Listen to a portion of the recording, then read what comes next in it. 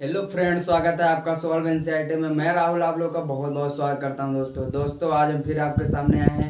आज से हम स्टार्ट करेंगे क्लास 6 का जो जियोग्राफी का एनसीईआरटी है उसको सीरीज वाइज देखेंगे। 6 का देखेंगे, फिर 7 का, फिर 8 का, फिर 9 का, फिर 10 का, फिर 11 का, फिर 12 का। हम पूरा 6 से 12 तक एनसीईआरटी कंप्लीट करेंगे। ऐसे ही धीरे धीरे विषयों में हम आगे बढ़ते चले जाएंगे। फिर जियोग्राफी, फिर हिस्ट्री लेंगे, फिर अर्थशास्त्र लेंगे। ऐसे पूरे विषयों को हम कंप्लीट करेंगे। दोस्तों वीडियो को आप पूरा देखना। ये हमारा दावा है कि आप हमारा लेक्चर के बाद आपको दूसरे वीडियो और क्लास लेने की ज़रूरत ही नहीं पड़ेगी। इतने अच्छे से कवर कराएंगे कि आपको लगेगा हाँ एकदम अच्छे से पढ़ाया जा रहा है। कुछ दिन तक नहीं उपस्थित हो पाया क्योंकि मेरे आँख में थोड़ा प्रॉब्लम आ गया था, तो अब एकदम बिल्कुल ठीक है। तो चलिए हम क्लास को आज स्टार्ट करते हैं और वीडियो को एंड तक जरूर देखना और बताना क्लास कैसे लगी। आप वीडियो को छोड़ मत जाना। ये मेरा दावा है कि आप एक बार हमारा वीडियो देखोगे तो आपको 100% आपको अच्छा लगेगा और आप इस क्लास से आपको बहुत ज़्यादा एक्स्ट्रा नॉलेज आएगी। तो चलिए दिखा देते हैं एक बार आपको किताब कौन सी पढ़ेंगे दोस्तों। जैसे यही है क्या, पृथ्वी हमारा आवास, यही किताब क्लास 6 का है। दोस्तों क्लास 6 का व्यक्ति लड़का नहीं पढ़ सकता है। आजकल हर व्यक्ति को आवश्यकता है पढ़ने की। जियोग्राफी और हिस्ट्री तो कंपलसरी हो गया है दोस्तों, हर व्यक्ति पढ़ता है। वो चाहे आईएएस पीसीएस का लड़का हो या तो कॉम्पिटेटिव एग्जाम का हो या किसी भी वनडे एग्जाम की तैयारी कर रहा हो, हर व्यक्ति पढ़ता है क्योंकि हिस्ट्री और जियोग्राफी जो है कंपलसरी विषय है। इसको हमेशा, और ये आपको कंसेप्ट एकदम क्लियर कराएगा और बेसिक आपको मजबूत एकदम करा देगा दोस्तों। ये छोटी सी किताब भले ही है, इसमें इतना इतना कूट कूट के कंटेंट भरा है जो ऑब्जेक्टिव और सब्जेक्टिव आपको क्वेश्चन देखने को मिल जाएगा दोस्तों। चलिए आज हम वीडियो आज का शुरू करते हैं। क्या क्लास 6 का हम देखेंगे जियोग्राफी। क्या जियोग्राफी देखेंगे और एकदम बेसिक से पढ़ेंगे दोस्तों, बेसिक से एकदम देखेंगे। जो हमारा क्या है, पृथ्वी और आवास। क्या पृथ्वी, दोस्तों बुक के क्या नाम है, पृथ्वी हमारा आवास। तो चलिए हम वीडियो को शुरू करते हैं। क्या है दोस्तों, वीडियो ज़्यादा लंबा हम नहीं बनाएंगे क्योंकि हमको मोबाइल से ही अपलोड करना होता है। तो वीडियो को हम शॉर्ट में ही बनाएंगे, 10 से 15 मिनट को बनाएंगे। अगर एक पार्ट में हो जाता है ठीक है, नहीं तो हम अदरवाइज 2 पार्ट में हम वीडियो को कंप्लीट कर देंगे। और साथ साथ का जितना भी क्वेश्चन बन रहा है, जितना भी क्वेश्चन इसमें दिया है बुक में और जितना भी बन रहा है उसको हम आपको बताएंगे पूरा क्वेश्चन भी। चलिए वीडियो शुरू करते हैं। वीडियो पहले हम कुछ क्वेश्चन टॉपिक इस पर लिख लें, फिर आपको हम बताएं क्योंकि लिखेंगे तो बहुत देरी हो जाएगा। चलिए वीडियो शुरू करते हैं।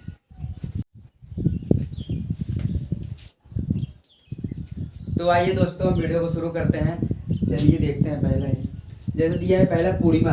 इस छोटी सी किताब के पहले ही टॉपिक दिया है पूर्णिमा। पूर्णिमा क्या होता है दोस्तों, देखिए जो पूर्ण चंद्रमा वाली रात्र होती है पूर्णिमा कहलाती है। जो पूर्ण चंद्रमा वाली रात्र होती है वो पूर्णिमा कहलाती है। पूर्ण चंद्रमा की क्या मतलब, जो पूरा चंद्रमा दिखाई दे। चंद्रमा तो कई दफा दिखाई देता है दोस्तों, कभी ऐसे दिखाई देता छोटा, फिर उससे बड़ा, फिर उससे बड़ा थोड़ा सा।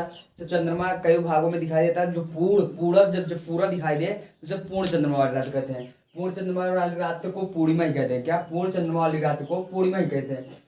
पूर्ण चंद्रमा वाली रात तो दोस्तों महीने में एक बार हम देख पाते हैं। महीने में एक बार देख पाते हैं। पूर्ण चंद्रमा की जो रात्रि होती है वो महीने में सिर्फ एक बार देख पाते हैं दोस्तों।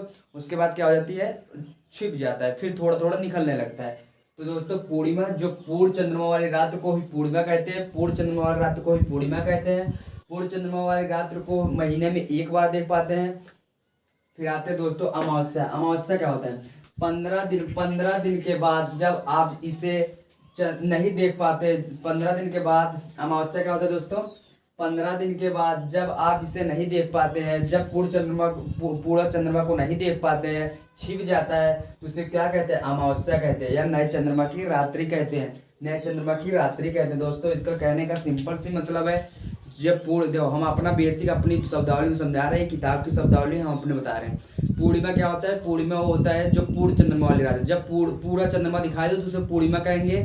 थोड़ा थोड़ा दिखाई दे उसे पूर्णिमा नहीं कहेंगे। जब पूरा चंद्रमा पूरा गोला सा दिखाई दे उसे पूर्णिमा कहेंगे। जब वो धीरे धीरे छिप जाता है दोस्तों तो अमावस्या आ जाता है, जिसे गांव की भाषा में अधियारा कहते हैं। क्या, अधियारा। और पूर्णिमा क्या कहते हैं, अजरोरा कहते हैं। क्या, अजरोरा कहते हैं। तो दोस्तों इसका कहने का मतलब ये, हम एक आपको फिगर ड्रा कर रहे हैं, उससे आपको बहुत बेटर समझ में आएगा। चलिए फिगर देख लेते हैं। जैसे मान लीजिए दोस्तों क्या है हमारा, सूर्य। क्या, ये सूर्य है हमारा। क्या है, सन है। उसके बाद क्या है, एक छोटी सी क्या है, पृथ्वी। क्या है? अर्थ। क्या है दोस्तों? ये अर्थ। और उससे सूर्य सबसे बड़ा है, सौरमंडल का सबसे बड़ा अगर कोई है तो सूर्य है। उसके बाद पृथ्वी। पृथ्वी मतलब बड़े तो नहीं है, बड़ा तो बृहस्पति है, बट पृथ्वी को हम यहाँ पृथ्वी समझाने लिए। फिर उसके बाद चंद्रमा। पृथ्वी का जो है चंद्रमा है, ये क्या है? चंद्रमा। इसको ऐसे व्यवहारिक में समझा रहे हैं दोस्तों। जैसे देखिए सूर्य का प्रकाश कहाँ पड़ेगा? पृथ्वी पर पड़ेगा। सूर्य का प्रकाश पृथ्वी पर पड़ा, अभी हम आपको बता रहे हैं। फिर चंद्रमा और छोटा है, तो सूर्य का जो प्रकाश होगा वो पृथ्वी से निकल जाएगा, चंद्रमा के ऊपर नहीं पड़ेगा।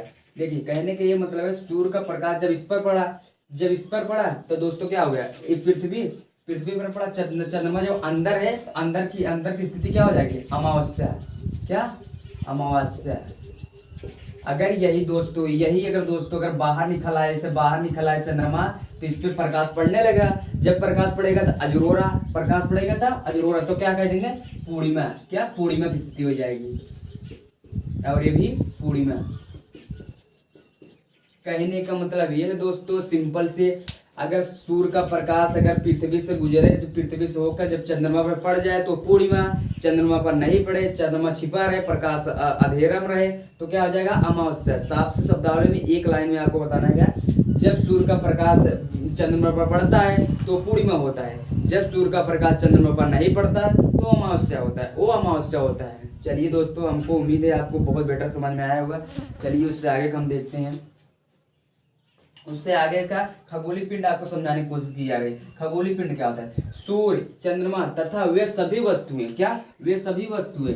सूर्य, चंद्रमा तथा वे सभी वस्तुएं जो आसमान में रात के समय आसमान में चमकती है।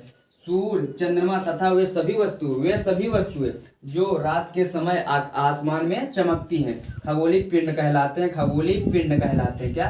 खगोलीय पिंड कहलाते हैं। ग्रह भी डाल देंगे, चंद्रमा, सूर्य, क्षुद्र ग्रह, भौने ग्रह, उल्का पिंड या और जो भी हो, सब क्योंकि कहा क्या है? सभी वस्तुएं।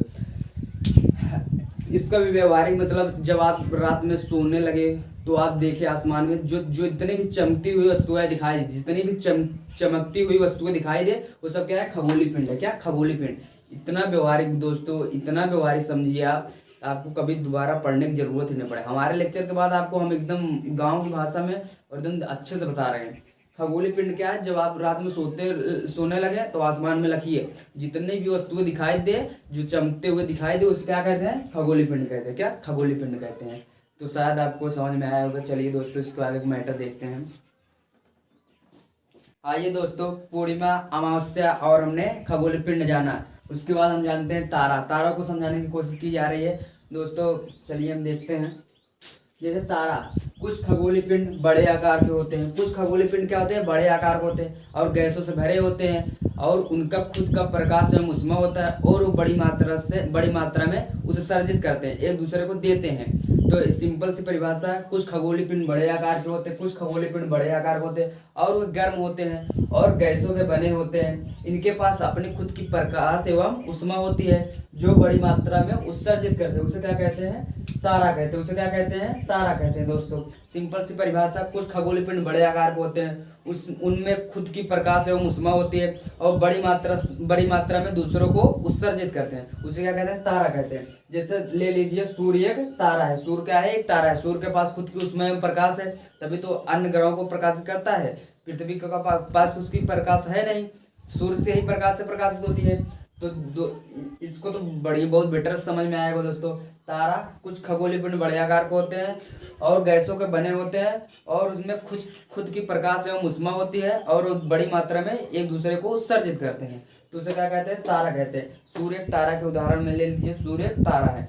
उसके बाद आ जाते हैं दोस्तों, नक्षत्र मंडल क्या होता है, इसको समझाने का प्रयास किया जा रहा है। एनसीईआरटी आपको बता रही है नक्षत्र मंडल क्या होता है। तो दोस्तों देखिए, रात्रि के समय नक्षत्र मंडल समझते हैं दोस्तों। रात में आसमान की ओर देखते हैं। जैसे दोस्तों इसके पहले हमने पढ़ा था क्या, खगोलीय पिंड पढ़ा था। खगोलीय पिंड क्या, रात के समय हम आसमान में देखते हैं, जितनी भी वस्तुएं दिखाई देते हैं क्या है? खगोलीय पिंड है। तो वैसे सेम इसका भी है, इसका थोड़ा डिफरेंट है, हल्का सा है। देखिए, रात में आसमान की ओर देखते समय आप तारों को विभिन्न प्रकार की आकृतियों को देखते हैं। जाहिर सी बात है, आप अगर रात में लेटते होंगे तो देखते होंगे आसमान में विभिन्न प्रकार की आकृतियां बनी होती है। वही आकृतियां क्या है? वही आकृतियां नक्षत्र मंडल है। क्या दोस्तों?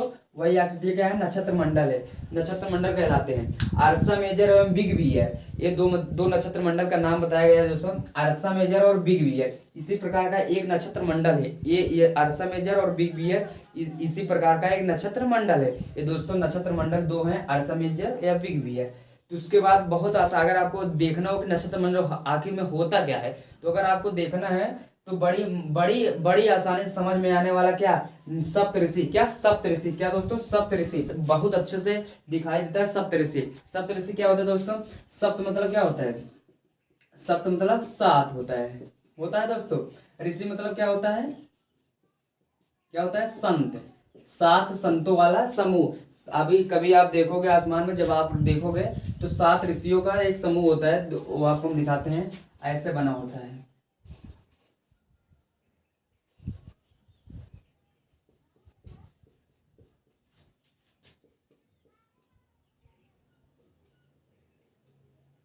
ऐसे बनाओ दोस्तों, 3 3 3 6 1 7। देखो दोस्तों, कभी आप जब यहाँ खड़े होंगे ना, तो आप देखोगे सात ऋषियों का ऐसे एक समूह होता है, जिसे और उसके आगे चल क्या कहते हैं, ध्रुव तारा है। क्या ध्रुव तारा के नाम से जानते हैं। तो यहाँ पर क्या होता है, ध्रुव तारा, जो उत्तरी ध्रुव में पाया जाता है, तो आप देखोगे सात तारे ऐसे दिखाई देंगे, आपको किताब में दिखाएं। ये देखिए दोस्तों, ये देखिए, ये ध्रुव तारा है, या ये सात ऋषि, ये सात तारे का समूह है। तो दोस्तों हम फिर से एक बार रिवीजन करते हैं बहुत बेसिक से। तारा क्या होते हैं, कुछ खगोलीय पिंड बड़े आकार के होते हैं और वे गर्म होते हैं और गैसों के बने होते हैं। इनके पास खुद की ऊष्मा एवं प्रकाश होती है, जो एक दूसरे को बड़ी मात्रा में उत्सर्जित करते हैं। उससे क्या कहते हैं, तारा कहते हैं। उदाहरण के लिए सूर्य एक तारा है। नक्षत्र मंडल क्या होता है, रात्रि में आसमान की ओर देखते समय आपको तारों का एक विभिन्न आकृतियां दिखाई देंगी, वही क्या है, नक्षत्र मंडल कहलाता है। अर्सा मेजर बिग बियर एक प्रकार का नक्षत्र मंडल है। बड़ी आसानी से समझ में आने वाला कौन सा नक्षत्र मंडल है, सप्तऋषि। सात तारों का समूह जो है वो सप्तऋषि है। आपको उत्तर दिशा में दिखाई देने को मिल जाएगा, आपको उत्तर दिशा में देखने को मिल जाता है। क्या मिल जाता है। चलिए इसके आगे को मैटर हम देखते हैं दोस्तों। आइए दोस्तों उसके आगे से हम बात को जाने। देखिए ध्रुव तारा दे रहा है, ध्रुव तारा हमने आपको थोड़ा सा वहाँ बताया, इंट्रो दिया, बट हम यहाँ और अच्छे से आपको बताते हैं। पहले सप्तऋषि हम आपको ड्रा करके दिखाते हैं, थोड़ा किताब लेके देख के फिगर बनाएं। जैसे मान लीजिए कौन है, ये मोटी बात मान लीजिए हम ही है, ठीक है। मान लीजिए हम है, एक तारा आपका यहाँ पर है,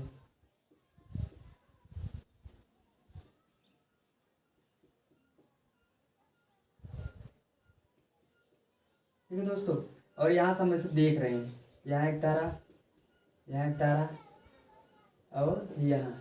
देखिए दोस्तों इतना बेटर समझाने वाले हैं बहुत अच्छे से। देखिए 3 3 3 6 1 7, 7 तारे हो गए। और ये क्या है, ध्रुव तारा है। क्या है, ध्रुव तारा। अब थोड़ा हम इसकी थ्योरी पढ़ लेते हैं, फिर आपको हम समझाने की कोशिश करते हैं। देखिए ध्रुव तारा, प्राचीन समय में लोग रात्रि की दिशा निर्धारण करने के लिए तारों की सहायता से करते थे। ध्रुव तारा क्या है, ध्रुव तारा का महत्व बताया जा रहा है।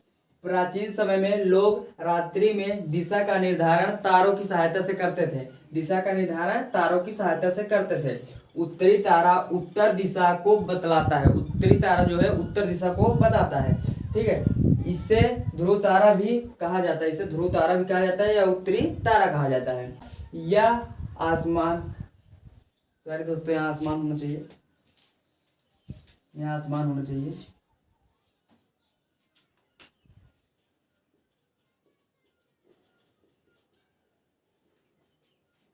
यह आसमान में हमेशा एक स्थान पर रहता है, हम इसे सप्तऋषि की सहायता से जान पाते हैं कि ध्रुव तारा कहाँ है। सप्तऋषि की सहायता से ध्रुव तारा की स्थिति हम जानते हैं। जैसे दोस्तों देखिए, जैसे मोटी बात मान लीजिए हम हैं और ये सप्तऋषि है, सप्तऋषि की सहायता से सप्तऋषि से एक लाइन ड्रा करेंगे जो ध्रुव तारा तक आपको ले जाएगी। ध्रुव तारा ये उत्तर दिशा पे हमेशा होता है, इसे ध्रुव तारा या उत्तरी तारा भी कहा जाता है। आप बचपन में सुने होंगे ध्रुव नामक तारा की कहानी, आपकी दादी दादा कोई भी सुनाया जरूर होगा। तो ये ध्रुव तारा है। आते हम ग्रह को देखते हैं। ग्रह, कुछ खगोलीय पिंड में अपना खुद का प्रकाश एवं ऊष्मा नहीं होता, कुछ खगोलीय पिंड में अपना खुद का प्रकाश एवं ऊष्मा नहीं होता, वो तारों के प्रकाश से प्रकाशित होते हैं, उसे हम क्या कहते हैं, ग्रह कहते हैं। सिंपल सी शब्दावली में एक लाइन में, कुछ खगोलीय पिंड के पास अपना ऊष्मा एवं प्रकाश नहीं होता है, तारों के प्रकाश से प्रकाशित होते हैं, उसे हम क्या कहते हैं, ग्रह कहते हैं, ग्रह कहते हैं। कुछ खगोलीय पिंड में अपना प्रकाश एवं ऊष्मा नहीं होता है, वे तारों के प्रकाश से प्रकाशित होते हैं, ऐसे पिंड को हम क्या कहते हैं, ग्रह कहते हैं। ग्रह में जैसे हमारा 8 ग्रह है, प्लूटो तो हटा दिया गया, बुध, शुक्र, पृथ्वी, मंगल, बृहस्पति, शनि, अरुण।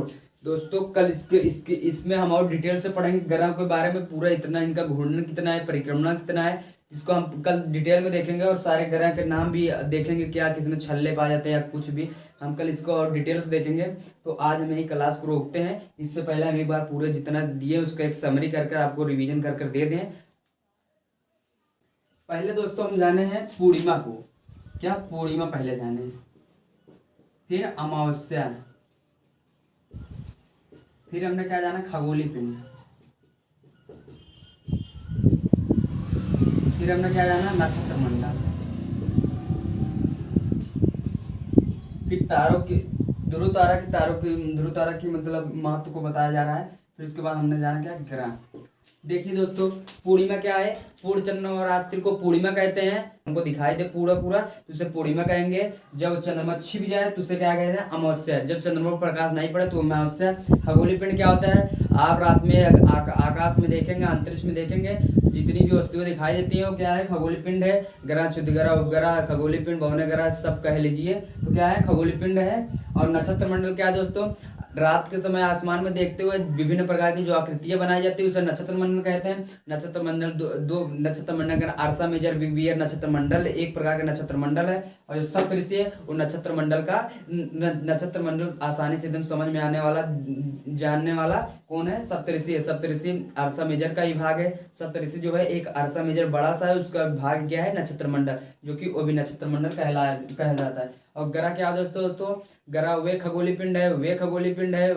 पिंड है जो अपना खुद का प्रकाश एवं ऊष्मा नहीं होता है, तारों के प्रकाश से प्रकाशित होते हैं, उसे क्या कहते हैं, ग्रह कहते हैं। उसे क्या कहते हैं, ग्रह कहते हैं। इसमें हमारा एक छूट गया तारा क्या होता है दोस्तों, तारा क्या होता है, कुछ खगोलीय पिंड बड़े आकार के होते हैं और गर्म होते हैं, गैसों के बने होते हैं, उसमें खुद का प्रकाश एवं ऊष्मा होती है अपने आप में, और वो बड़ी मात्रा में एक दूसरे को उत्सर्जित करते हैं, उसे क्या कहते हैं, तारा कहते हैं। चलिए दोस्तों, आज क्लास को यहीं रोकते हैं। उससे पहले दोस्तों, अगर आप वीडियो अच्छा लगा हो तो आप लाइक जरूर करना, और हमारे चैनल पर नए हो तो चैनल को सब्सक्राइब कर देना और बेल आइकन प्रेस कर देना, ताकि हम वीडियो अपलोड करें आपको तुरंत नोटिफिकेशन जाए।